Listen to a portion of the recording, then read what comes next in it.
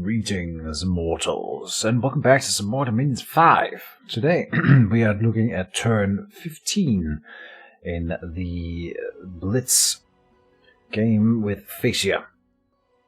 So, we have finished our research in Evocation and then started on Enchantment. We are going for Enchantment level 2 so that we can get personal regeneration, which doesn't matter because your mom is dead, but she will be back. She always comes back for more. I hope someone else is enjoying all these your mom references. I think in the play throughout the game itself, the other guys in the chat got a little bit tired of me constantly trying to make your mom jokes, which I don't know. It makes me giggle every time. So I don't know. Here we go. I clicked on the result. Here we have our wet ones expanding into the ocean against these Idiot.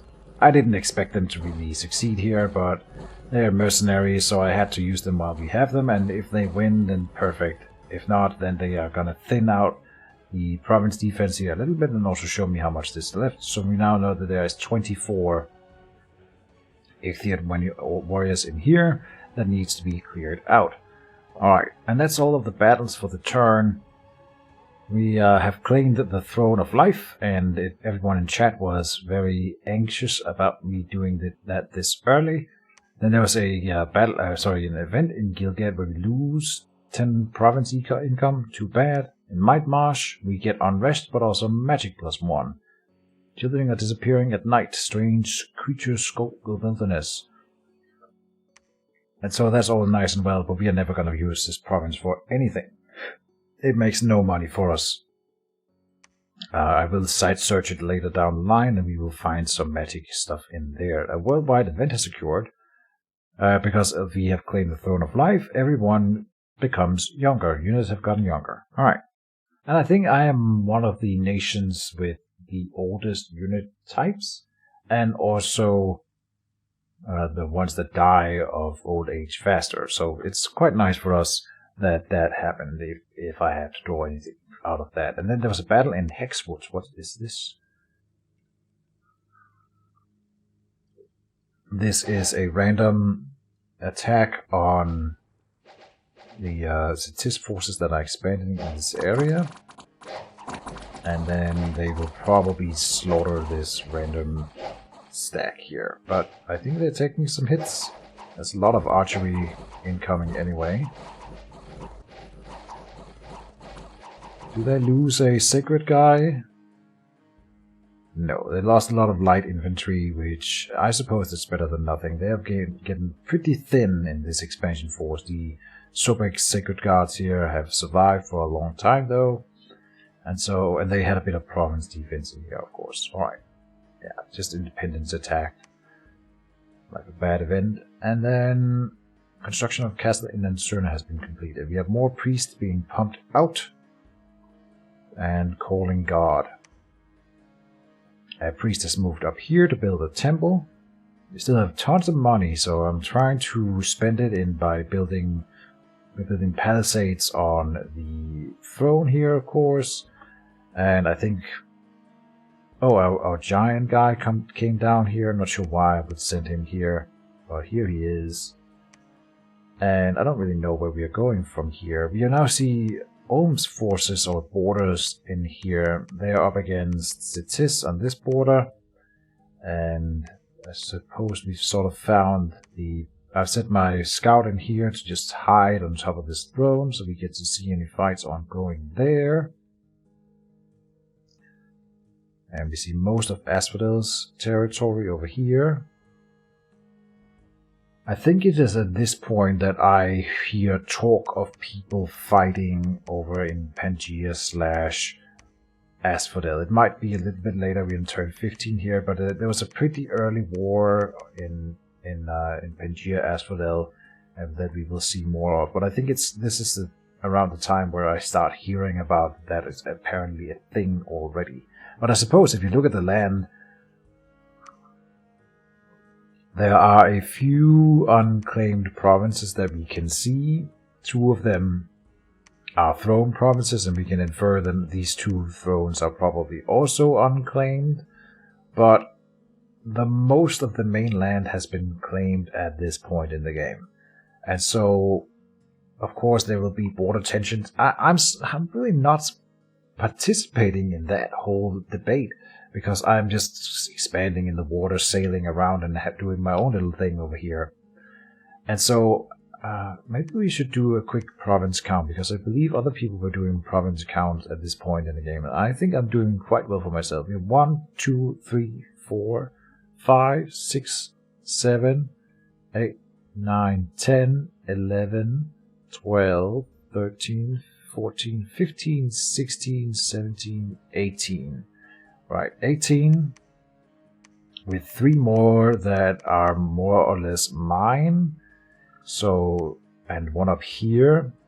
So, that's 22 that I have secured for myself. Yeah. And it doesn't amount to much more than me owning the water and then cutting these two swathes of land for myself early on. And I think that was a really important move, was to get onto the land and cut like a part out for myself. These 5 provinces by rights should not be mine, right? If they were not, then we would not have that amount of provinces. Same here. Coming in here and cutting off Asphodel was pretty important. And so that just secures me in a really safe position. Also, no one really feels like they can really attack me. If Jotunheim attack me, he could at most take 5 provinces from me. If Asphodel attacks me, he can take 3 provinces from me. And so it goes on and on. The other guys have a really hard time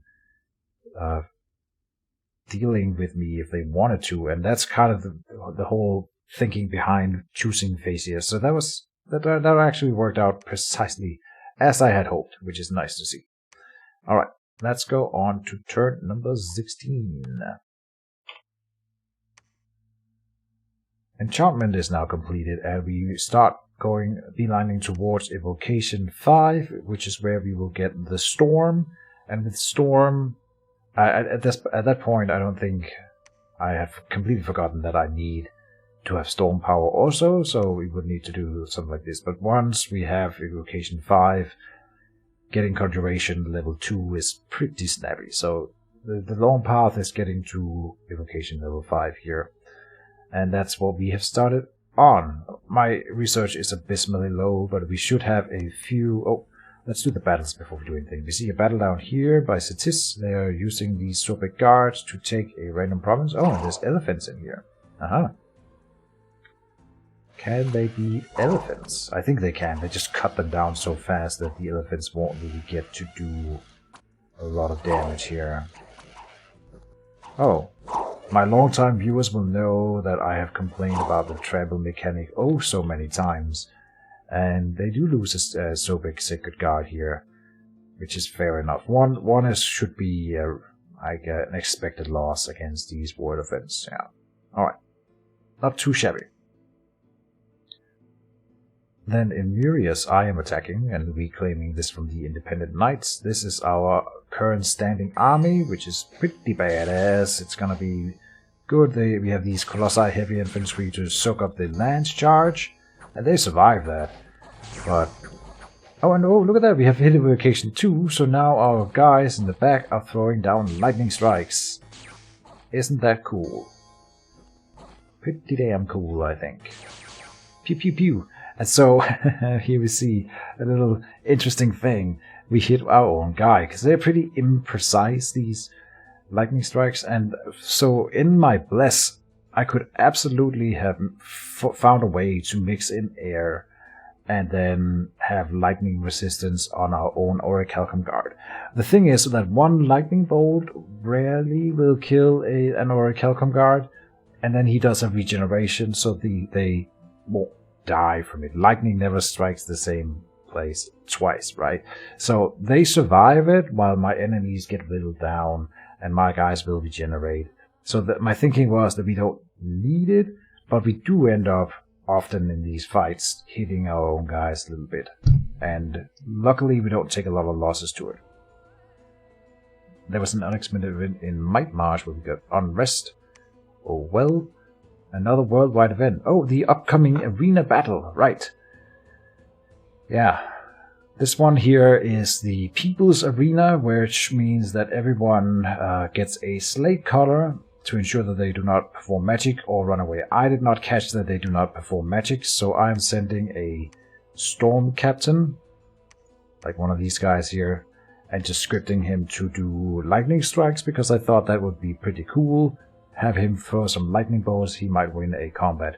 And apparently you're not allowed to do magic in that, so I messed that up completely. But we'll see how he does in the coming arena battle. And then we finish the fort up here, a castle, and we will be upgrading. It is called a fortress now, and then it'll become a castle soon. We're calling God wherever we can, also recruiting more priests, I think, around. Apparently not so much as I could. We can see the scripted moves this turn, which we are poking this throne here now to see what's in here, because I'm starting to eye this throne. There's 300 units in it, so it's not something like this one had 50 units, right? This one here has 300 units, so it's a little bit more tricky, but I'm hoping that we could clear that throne early on as well. And I theorize that my Orichalcum Guard army here can probably do it at this point. We have how many? 45. And they're basically immortal unless they are really swarmed. So, and now they will be supported by these guys. So here he is, the guy that's going to the deathmatch. Since I have scripted the moves this turn, you can see it. Do I start? No, I'm gonna build a fort in this province, but apparently not this turn. Over here, not building a fort this turn. Okay. Yeah. But just generally, still the expansion part of the game is mostly done. There's still this one barbarian tribe here that hasn't been cleared. But other than that, it's mostly the water provinces that are around in these puddles in here. And everything else has more or less been cleared. Your mom is still not back, but she will be joining us soon, hopefully. Let's have a look at the next turn. That'll be turn number 17. And here. And here we go. We find 2 magic sites. We'll look at them later. There's a battle in Capes. That is us checking the throne. Just to have a look at what's in here. And that's a bunch of archers and a bunch of light infantry and militia, heavy infantry. I have no doubt in my mind that we can clear this with our Orichalcum Guard. Then there's 1 Loremaster and 5 sages. Let's have a look at what that Loremaster was in Magic Path. Apparently he gets 3 randomized ones. So he has 3 astral and 1 death. Okay. And 2 blood mage. Oh, really? He's got way more than is present in here. Huh. How does he get that high then? Well, he's only supposed to get 3 different ones. Huh. I don't know. Alright, never mind. But yeah, we can easily beat this. So then there's a battle in Murias. There's an assassination attempt on Scenario. What is this? Just a random indie assassin, excuse me. And they fight. He actually gets poisoned and pretty hurt, but then he finishes off his combatant, his assailant. We can have the whole fight listed up here. Strong poison for 11 points of damage. Did we crit him? In body? No. Not a crit or anything. But it was increased because it's slashing damage, yeah. Alright. There's opposition towards the ongoing blood hunting. Someone has hired an assassin to get rid of our servant. Okay, let's talk about the blood hunting after these fights here. We can see the battle in the arena here. There is a Ecther the Jotun Jarl being sent. He's got feeble-minded because he's got a slave collar on. He's up against what? A random adventurer with an eye catcher and an ice sword. Oh, that's a very big investment. We didn't hear about this eye catcher being sent. That is a risky move, sir. Alright. So, let's see how they do. No damage taken because of the protection on the Jotun Jarl. Alright, he's just a badass.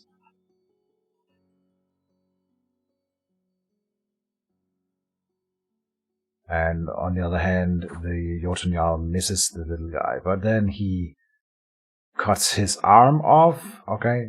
And then the Jotun Jarl will surely win. The little guy can barely hurt him.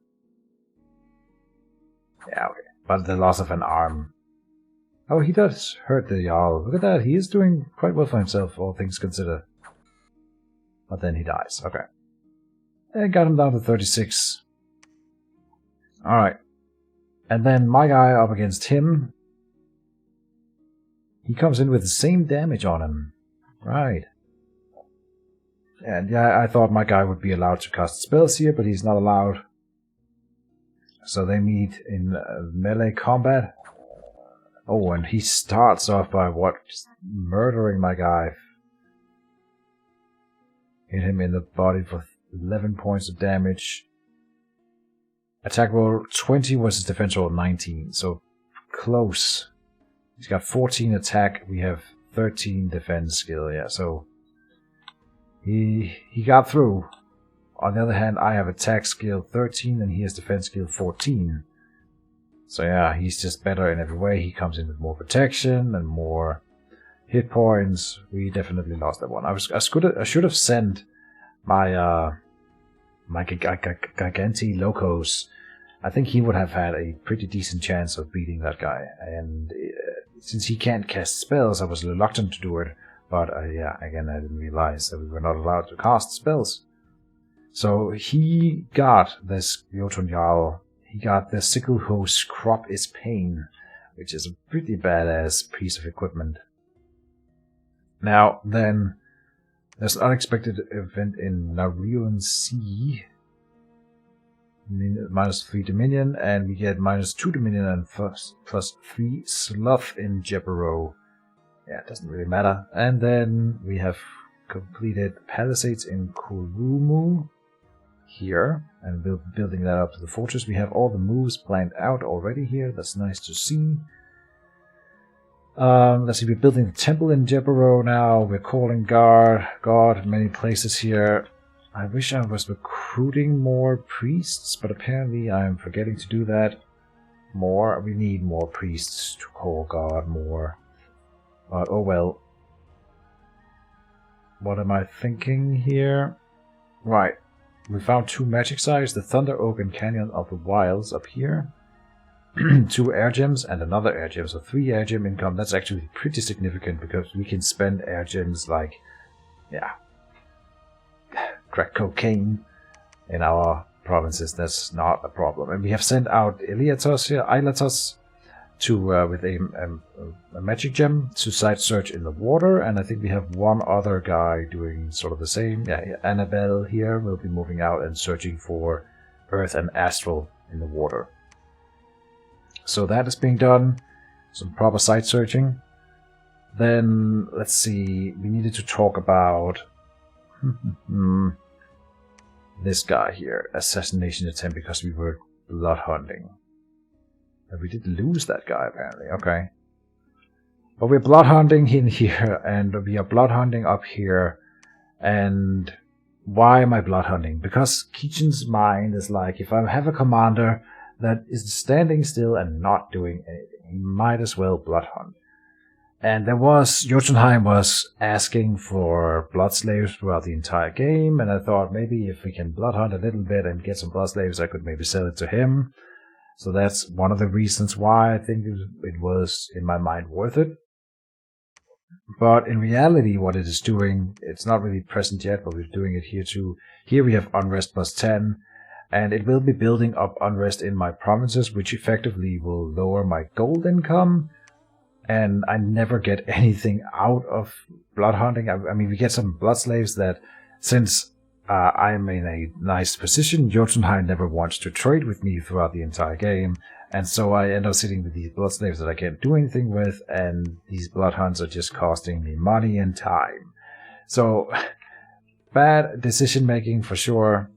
We have this Tyson, the master apothecary. He's been bought from the mercenary tree, and I thought he's called an apothecary. I thought he would be like an affliction healer, but he's a disease healer, so he can heal diseases, which I suppose is fine. Except I don't think we have anyone that is diseased, not even in... we do have an Orichalcum guard that is deceased, so in fact it ended up being just for saving him. That's quite nice. Okay, lovely. He's got a chest wound. But I was hoping that we would get a guy who could heal the afflictions on these guys, so to get them into tip-top shape. But no such luck. Oh, we can see our scout over here has caught a castle being built. Yeah. Looking a bit around. Oh, and we see now that Cetis has cleared this throne here. And they also have a ton of undead on their capital. They are really doing a lot of necromancy in here. And that's pretty scary because the undead can walk underwater, so he is in fact a threat to my underwater kingdom. Yeah. And I think that's about it for this turn. We can definitely do another turn in this episode, so let me just check, is everything in order here? Yes, we are now putting these owl quills on our guys. We've started crafting some equipment for when your mom comes back. We will need to put some gear onto her.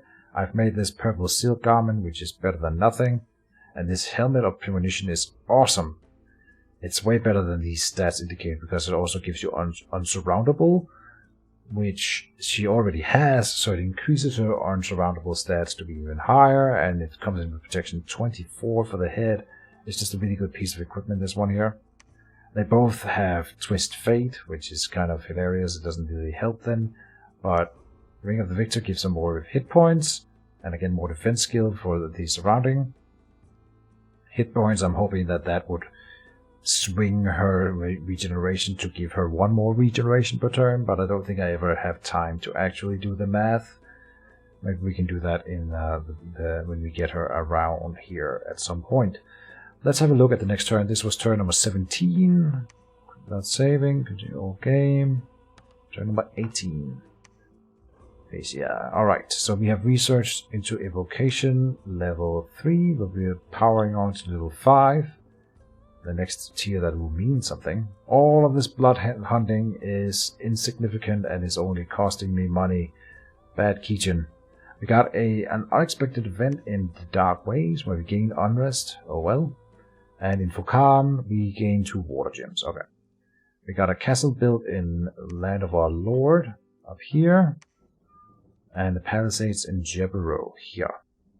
And again we can see my moves for the turn. What's happening? It's mostly site searchers running out. And I think I had a commander being repeatedly recruited in here, which I then turn off. We're recruiting crossbowmen in here because they are pretty damn good archers, if anywhere. To recruit them, that would be it. And now we're running out of money, so I'm down to, in my forts, I only recruit Colossi Storm Captains, and not any Colossi Heavy Infantry, really. And of course I shouldn't be recruiting these crossbowmen here, but I guess I forgot about them. They're just on repeat recruitment. In the province here with all of our Orichalcum Guard, we are just waiting for me to build up courage to take Capes. But look at that, Cetis has moved in here and cleared the throne. So now he owns this province here, and for some reason he thought he could get away with that. But I'm immediately thinking, okay, now he took the throne, and so in about 4 turns there will be a fort here. So in 3 turns I will be attacking into this throne province. We'll just build up our forces a little bit more and prepare for that. And that'll be what we're doing for the next 3 turns, is just prepping for this first real war start here. He's got 2 thrones now.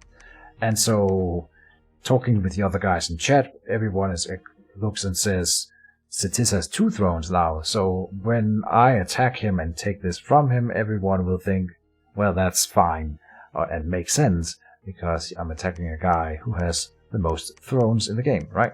So I'm absolutely gonna get away with that politically, in a sense. Of course, everyone is then gonna start eyeing me for having 2 thrones, but it's not that bad. It gets better because he already had another throne. Best case for me, and I definitely want to disrupt his fort building in here. So that'll be the plan for the next few turns. Just building up. And I think we can squeeze in yet another turn here. 1 unit per cure of a disease. Nothing else really to note in this turn. We have built a Mind Shield, which is an awesome shield for the Pretender. So now she's gonna get magic resistance +1 and then +2, so +3 total. And the Coral Blade here gives her hit points again, so upping her regeneration once more. Alright, let's squeeze in the next turn here. With saving, go into turn number, I think we are on 18. That's the same one, so it's 19. And here we found a magic site, and not much else is going on, so we find a shrimp settlement. Oh, that's down here. Shrimp settlement, which allows us to recruit shrimp warriors, which I suppose are fine enough units. They're just aquatic only. They come in with high protection and this metal glaive, which is pretty tough. I suppose I could have recruited them. I mean, if I can justify recruiting these Amber Clan warriors, then I could also justify recruiting these shrimp warriors. Are they cheaper? 11 gold? 12 gold. They are in fact both cheaper and better, so I should have absolutely done that. Yeah, they're both cheaper and better. Look at that. Okay. I didn't make that connection at the time. I didn't really have time to look at them, but they are 14 hit points, 13 hit points. In every way just better. And so I should have recruited them repeatedly in here. Even though they can't be recruited that fast, just setting it to start means that when Cetis inevitably wants to start marching into the water, we would have some of these shrimp warriors to back up our forces in here. The mage that can be recruited in here is also kind of interesting. Could have been my chance to get a nature or earth mage. Nature mage is something that I really didn't have access to, so that would have been quite nice. And then he could have run around and site searched at the very least. So I'm regretting not doing that. I never really pay them any mind. And it's just going to be left at that. They don't give gems or anything, that particular site. So yeah, then a lot of magic sites not found, and then an unexpected event has occurred in Anserna. Here. Oh, and we didn't see what it was. Symbiosis, the Phaeacian capture, was horror-marked. Oh. But practice of blood hunting, again, is backfiring on me. Nothing gained from it, and I'm just being punished for it. We have gained 1 blood slave now, but we are causing unrest, which lowers my income. And yeah. Never do that again, Keejchen.